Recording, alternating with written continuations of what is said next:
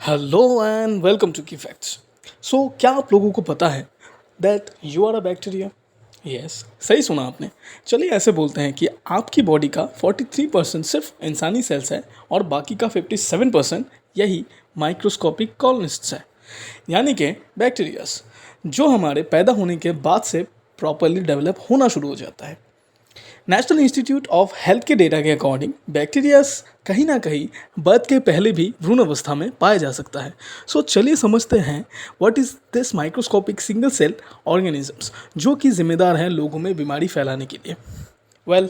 ये तो हम सबको पता है कि दुनिया के फर्स्ट स्पीशीज यही सिंगल सेल माइक्रो ऑर्गेनिजम्स थे, मतलब इनसे ही हमारे अर्थ में जीवन की शुरुआत हुई तकरीबन 4 बिलियन साल पहले। तब से यही से इवॉल्व होके हम इंसान भी बने। दैट बीइंग सैड, अब चलिए समझते हैं कि हम ह्यूमन को इनकी ज़रूरत है भी या नहीं। The first scientific evidence that micro organisms are part of the normal human system ये इमर्ज हुआ था इन द मिड 1880s, जहां ऑस्ट्रिया के एक पेडिशियन थियोडोर एस्ट्रिया ऑब्जर्व किया था उन्होंने कि एक हेल्दी ह्यूमन बॉडी में बैक्टीरिया का प्रेजेंट भी होता है, और यही माइक्रोस्कोपिक कॉलोनिस्ट जो कि हमें हेल्प करते हैं towards our digestion, regulating the immune system, protecting against diseases and manufacturing vital vitamins। ये काफ़ी ज़रूरी है ह्यूमंस के सर्वाइवल के लिए, ह्यूमन बॉडी में बैक्टीरिया का प्रेजेंट होना। इस पूरे दुनिया में लोग क्या कुछ नहीं खाते? सब कुछ, from fruits to milk to bugs, मतलब कि कीड़े तक लोग खाते हैं। पर आपको क्या लगता है, सब काम सिर्फ आप करते हो?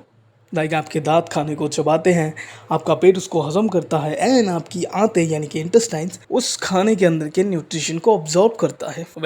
नो, सब काम आप खुद नहीं करते हो। इन चुटकुओं का भी इसमें काफ़ी इंपॉर्टेंट सा रोल होता है।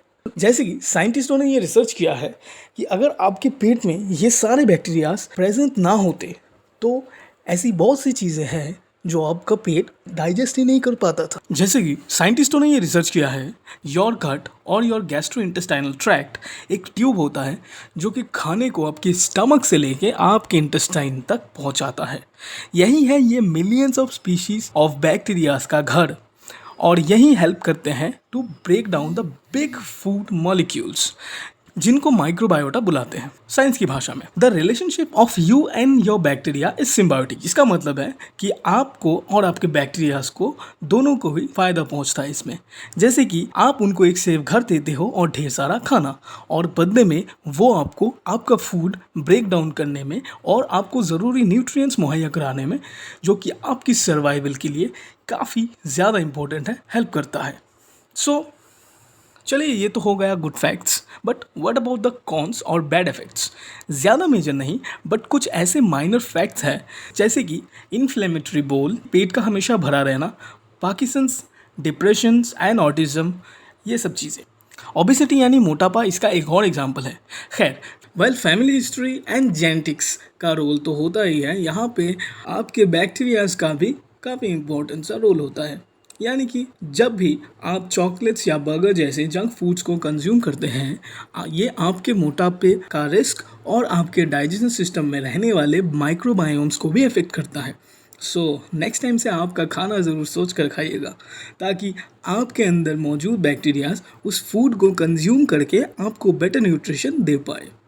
And some tips to increase your good bacteria is eat lot of vegetables and fruits, yogurt यानी कि दही, प्रीबायोटिक फूड्स जैसे कि whole grains, eat plant based foods जैसे कि जो भी पेड़ों पे लगा हुआ फल होता है या सब्जियां, इनको खाएं, सो दैट आपके बैक्टीरियाज उनको डाइजेस्ट करके आपको अच्छा न्यूट्रिशन मुहैया करा पाए।